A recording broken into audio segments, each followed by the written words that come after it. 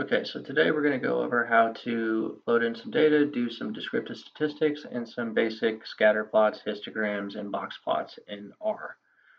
So I'm using RStudio, which hopefully you are too, right? And so once you come into RStudio, first thing I like to do is to go ahead and create a new file, a new script file. So I press new file, RScript, and this is going to be where I write all of my code. Instead of having to write it line by line down here in the console. This is kind of like basically just what we call a script. It's going to save all of the code uh, at once. And so what I'm going to do is, because I've already typed out the code for this, I'm going to load some code that I've already written. But this is basically what will happen, right? After you have written your code, you save it. Like right here, we would just go to save, and then we would just save our code to wherever we want. Just give it a name, and then that way we have it saved, and we don't have to, remember every time how to write this same code. So again, once you've opened RStudio, press this to load a new R script, and I'm just going to load one that I've already written. Okay, the first thing you'll need to do is you'll need the psych packages and the tidyverse packages to follow along. So you could go to Tools, Install Packages, type in tidyverse, and then install. Same thing with psych. So you need both those packages. Once you've installed them, then you'll need to load them both. And the way you run your code is you put your cursor on the line that you want to run, and then you just click run. You can also press Control and Enter on a Windows PC. I'm not sure if you can do that on a Mac. But either way, just put your cursor on the line of code you want to run and click run. Okay, now we need to load in our data set. You can either type this by hand with code, or the easiest way is to go to File, Import Data Set. If it's a CSV or a .txt file, you can use one of these two from text options. Either one's fine. If it's an Excel workbook, use Excel. And then if it's SPSS or SAS file, use these. I have a CSV file for this tutorial, so I'm just going to use this. And then I'm going to browse to look for where I have my file. And so we have two different files. I'm going to go ahead and load the first one, called Gender Study. I want to call it DAT1, DAT1. You can call it anything you want. This will just make it easier for me. And then you see right here, R shows you what the code would be if you wanted to type this by hand. So that's kind of a neat feature. It's like the code that's running in the background when you use the automatic. So I'm going to go ahead and import it. And then now we see our new data set. I'm going to load in one other data file too. So I'm going to go to Import Dataset from Text. I'm going to browse, and I'm going to load the psych data file too. Okay, I'm going to call this one DAT2, DAT2, just to make it easier. And then I see here we have some data on neuroticism levels, stress levels, and students' year in school. And the other one we had gender and study hours. Gender is coded as 0, 1, but that 0 stands for female, the 1 stands for male. So I actually need to tell R that this is meant to be a categorical variable, not a numeric variable. I want it to know that this 0 really represents women and the 1 really represents female. Same thing with here in school. I want to let it know that 1 represents freshman, 2 represents sophomore, 3 represents junior, and then 4 represents senior. So you only need to do what I'm about to do if you have a grouping variable that is written as numbers. Um, but it's good to do this with anytime you have a grouping variable, right? So what I'm going to do is I'm going to say dat1, that's my data file, dat1, $ says pull the gender variable. So from the dataset one, pull the gender variable and turn this into a factor or a grouping variable. Then make the levels men and women, and then run it to make sure that it worked. And now instead of 0, 1, we see men and women. We'll do the same thing for school year in the DAT2 dataset. So DAT2 year as factor, make the levels freshmen, sophomores, juniors, and seniors, and then run it again. And then now we see our levels are freshmen, sophomores, juniors, seniors. Okay, so that was just some housekeeping before we can get our descriptives. So the easiest way to get descriptives for all the variables in dataset 1 is just to type in describe dat1. And then what we see is that we see gender, our first variable, has 49 observations.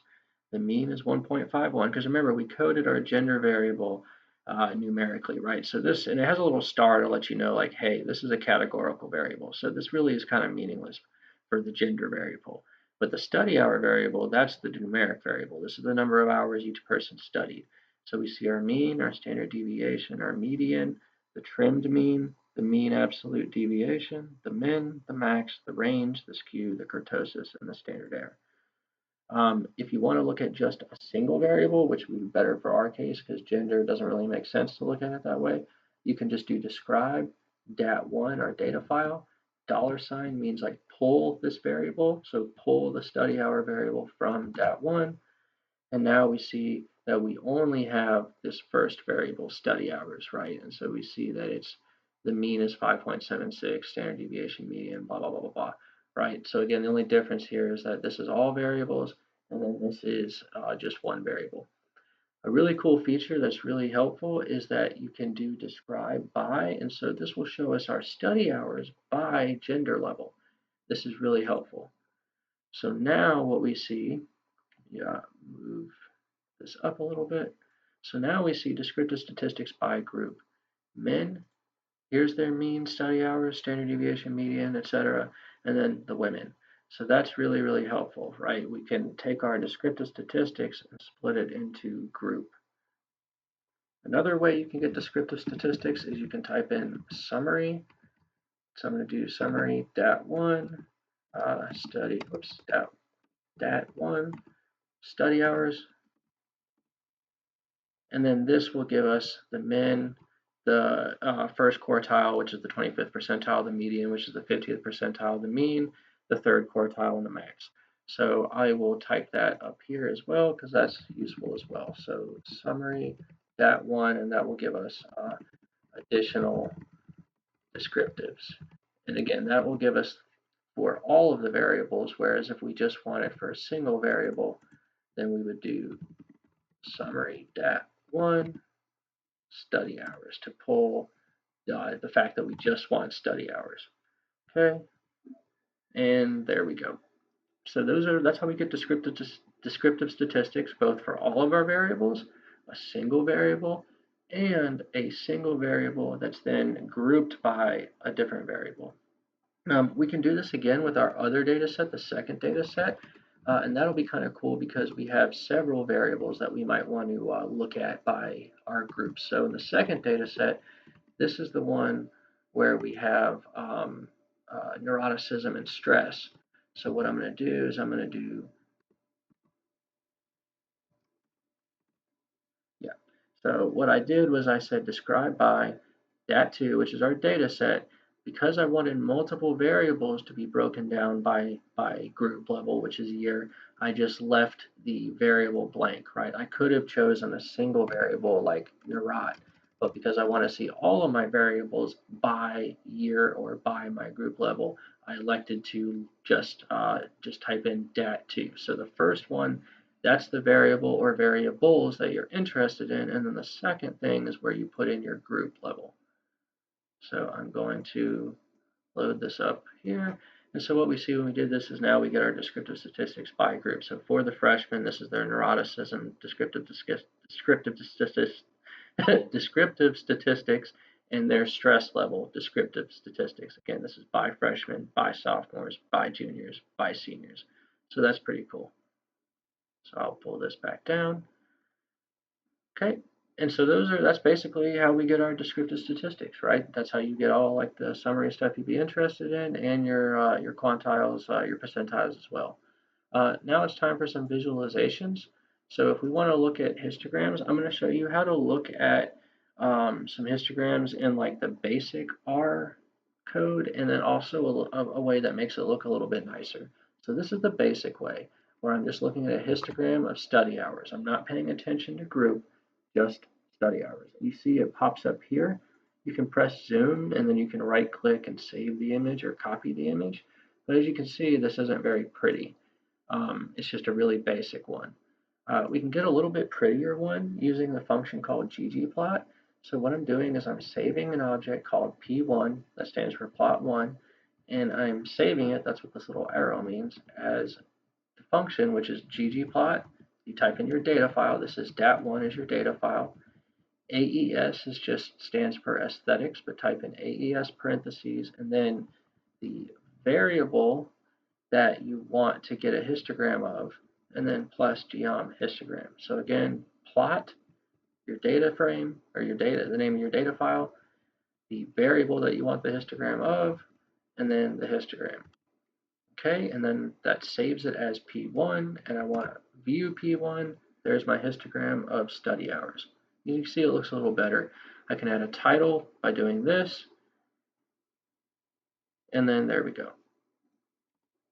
Okay, and so if I want to look at study hours by group level, I can get a histogram, but then have it by gender level. So study hour, a histogram of gender hours by, a histogram of study hours by gender level.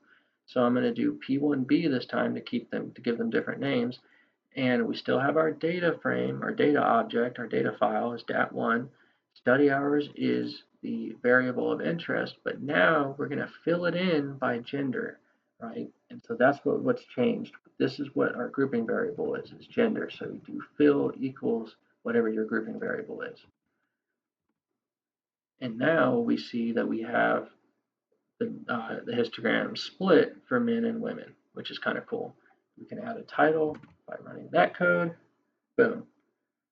Another way of doing the same thing, but instead of having it on the same plot, we can actually split it into two plots, is to do this, ggplot, then the data file name, then the variable, then what you're grouping it by, plus geom histogram. And now we add facet grid, and then this little tilde with your grouping variable. So what this is going to do is this is going to split this into two facets.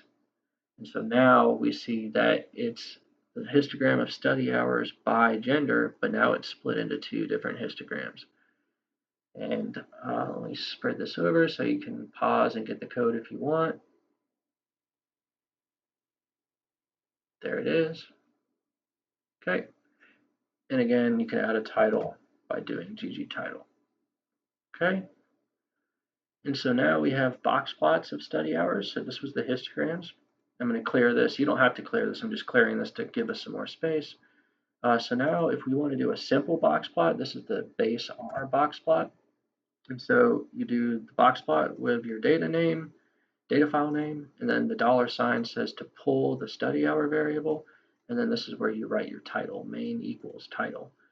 And then you can do the same thing to do it by gender. So this is box plot by gender, study hours with a box plot for men and women side by side. So you do dat1, pull the study hour variable. Tilde means by or as a function of, so study hours as a function of gender or by gender.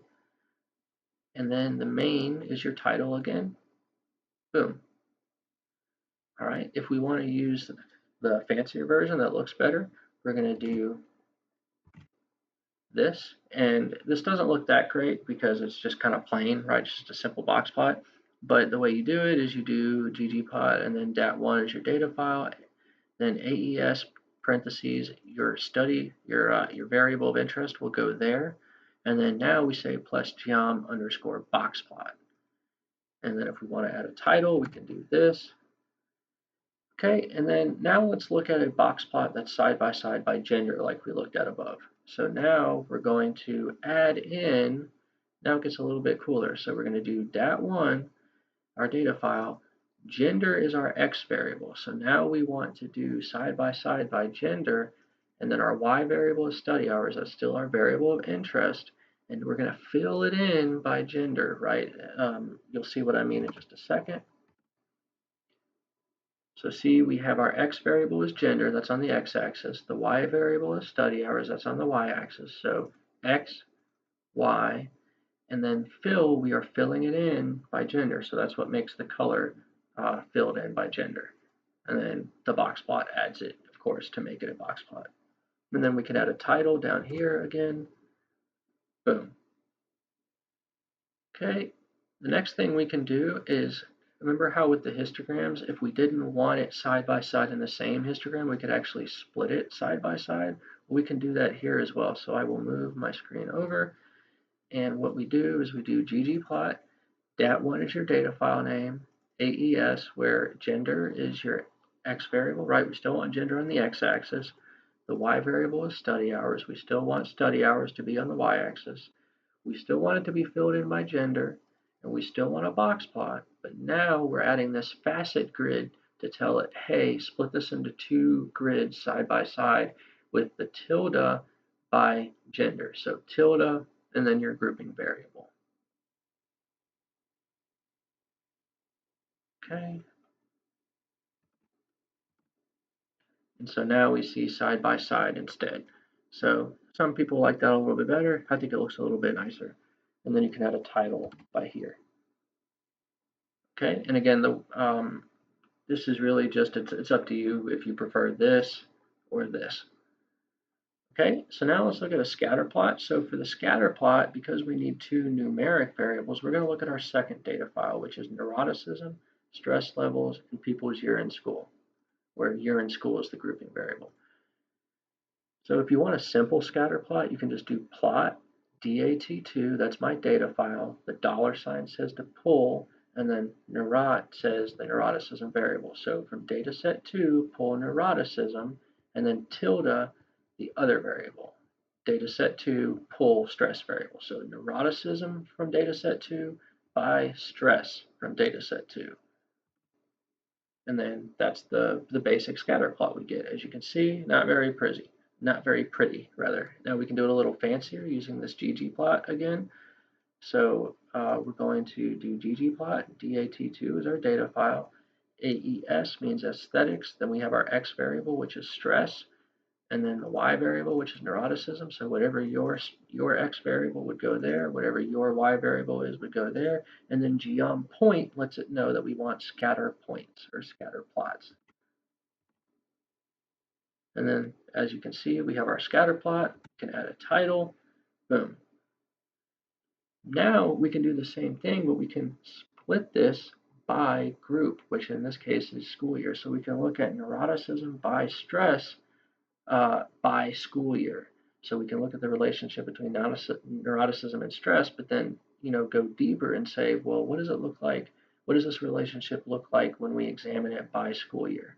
So now what we've done to do this is we've added color equals year. So it's going to change the color of these data points by year. And sure enough, you can see we have neuroticism by stress where color is equal to school year, which is pretty cool. And again, you can press zoom and right click to copy and save. And then we can give it a title, same way as before. All right, and then just like before, if instead of having these all in the same plot, if we want separate plots for school year, right? So if we want to do stress by neuroticism split by school year, then we can do what we just did, but then add plus facet grid tilde year, because year is now our grouping variable, right, instead of gender. So this is going to do basically what we had before, but now it's split into side by side instead of jamming them all in the same thing. So the color still corresponds to the year, but now we have 4 separate side-by-side plots. So that's kind of cool as well. And I'll move my cursor over so you can pause and get the code if you need. Again, that was this right here. Okay. I'm actually going to leave it moved over because we have some more code here. Okay, so this next thing, right where my cursor is this is going to add regression lines. So if in addition to the points, we also want a slope, then we can add geom smooth method equals LM. LM stands for linear model because we want a linear model line, a regression line, and then SE equals false. Kind of complicated to explain, but basically you want to type this in so that you don't get like some extra shading that gets put in. A little bit more complicated than that, but if you type this, you'll get exactly this, and I'll zoom in. And so what we see here, remember this is all still on the same plot because we didn't do that facet grid thing yet. What we see now is that we have neuroticism by stress, but we have these regression lines, right? So this is the regression line between neuroticism and stress for the freshmen, the juniors, the sophomores, and the seniors. So that's kind of cool, right? That helps make it more visual. And then if we want to do it to where now it's side by side instead of all on the same thing, we do what we had before, but we add this facet grid thing.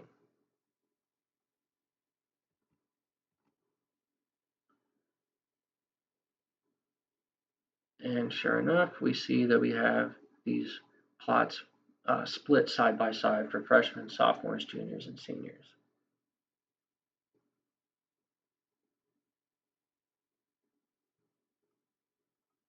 I'll move over so you can see the code one more time. So this was the entire line of code for what we just did.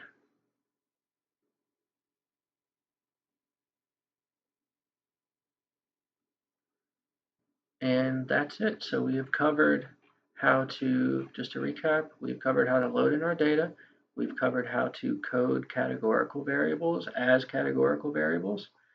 We've covered how to get descriptive statistics, both for the entire data set, both for certain variables, and then both how to look at it overall and then by group levels too.